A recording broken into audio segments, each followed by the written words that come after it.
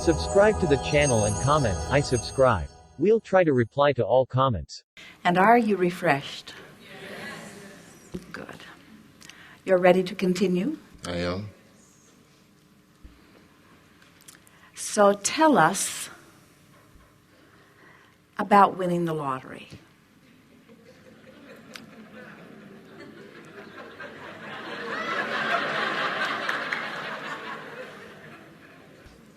It would feel extraordinarily good. It would. It would, future tense. Now our question is going to be better this time. What does it feel like to be a vibrational match to winning the lottery? Feel the difference? What would it feel like if something that hasn't happened would happen? What does it feel like to be in a place of something happening? There's a distinction that is important.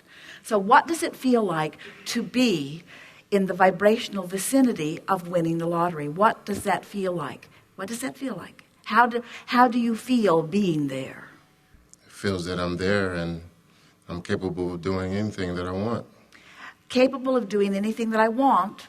Feel how this feels. I'm capable of doing anything that I haven't done before. I'm capable. There's a little defiance in that. Can you feel it? I'm capable. I deserve it. It's defiant too. What does it feel like to be there?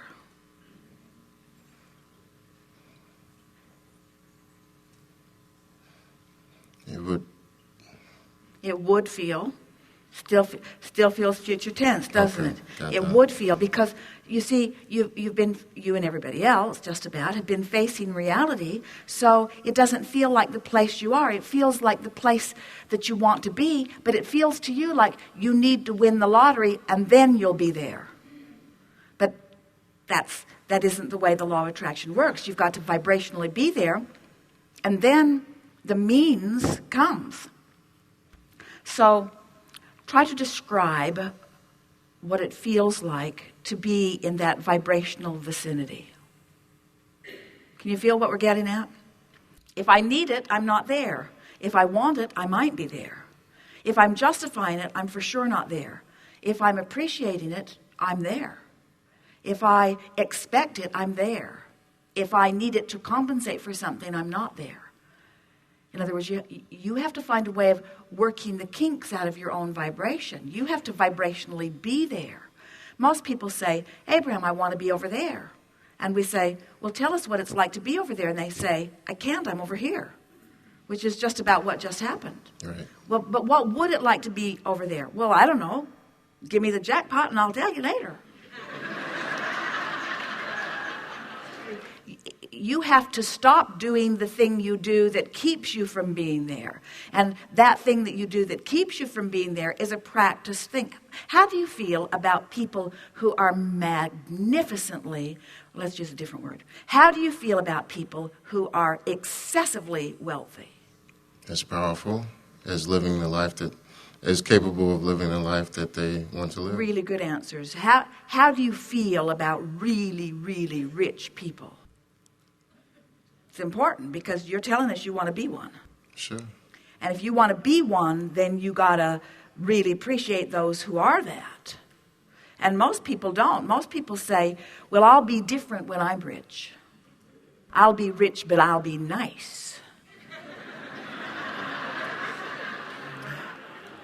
But they're rich and not so nice. And we say there's vibrational discord going on in there, isn't there? Some kinks that have to be worked out. In other words, you can't need and be in a place of desire at the same time. They're different frequencies. You can't ask a question and have an answer at the same time. They're different frequencies. You can't be aware of not enough money and be in a place of receiving plenty of money. They're different frequencies. So you have to practice the frequency, and then the winning lottery ticket comes into your experience, you see. So what does it feel like to be in the vibrational place of large amounts of money flowing through your creative experience? What's that like? It feels great. It feels like a great relief from a lot of burdens.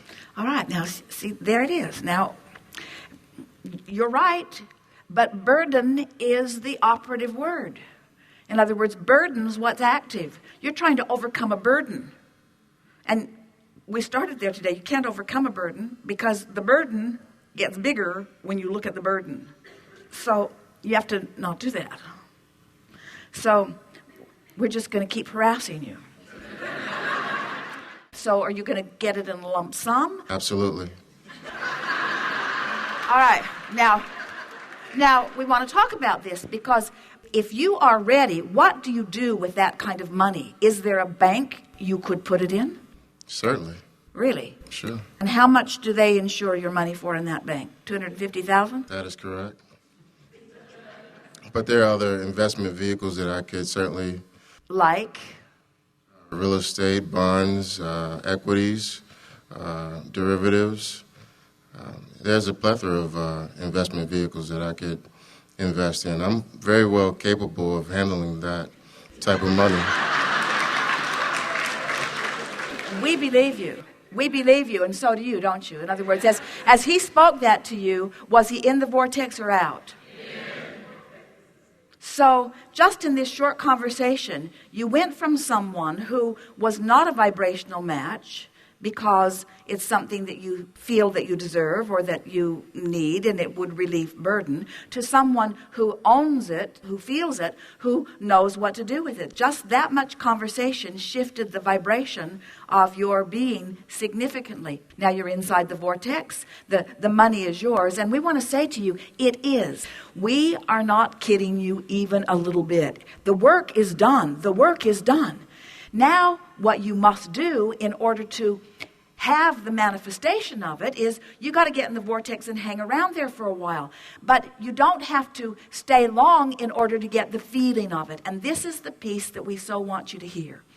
If we have convinced you of the reality of this vortex, and if we have convinced you of the rightness of what you've put there and the claim that you have laid on it, because it would not exist if it were not for you and if you had not put it there. In other words, it's there and it's real. If we have convinced you of that, then just knowing it has to give you ease. Just knowing it has to make you proud. Just knowing it has to make you strong and sure. Just knowing it has to make you feel more alive. Just knowing what you've done, because we know what you have done and we are conveying what you have done. If you can know what you've put there and if you can know what you have done and you can lay emotional claim to it by feeling the exhilaration that you can see and you can feel that we feel, we're not kidding you about this. Can you feel the realness of what we know about what you've done?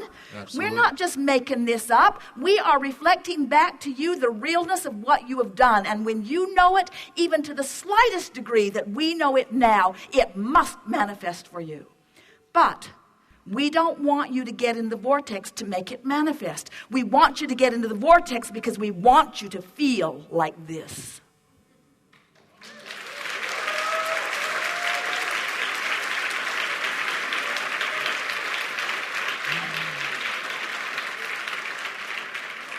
So people say, how you doing? You say, I got my vortex.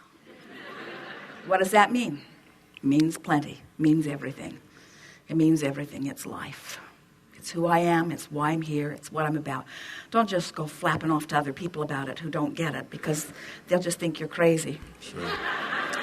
But when you know it as you know it now, and you get in there in whatever way you can. So you're having a good moment. Jerry and Esther were driving. They stopped at a rest stop in the monster bus, and as they were pulling out, a man was getting out of one of the 18-wheelers who was stopped. And as Esther looked at him, she smiled broadly at him, and he gave her both thumbs up. Both thumbs up in appreciation of that beautiful monster bus. Both thumbs up. And Esther, she could not smile a big enough smile back at him. And she wanted to turn on the loudspeaker, that she doesn't have what she wants. Take the CB and say to him, this too shall be yours. In other words, anytime you give 2 thumbs up to anything and you feel that way in that moment, you're in the vortex. You are lined up with what you've put there, you see. Very good. Thank you. I'm very appreciative. Thank you so much.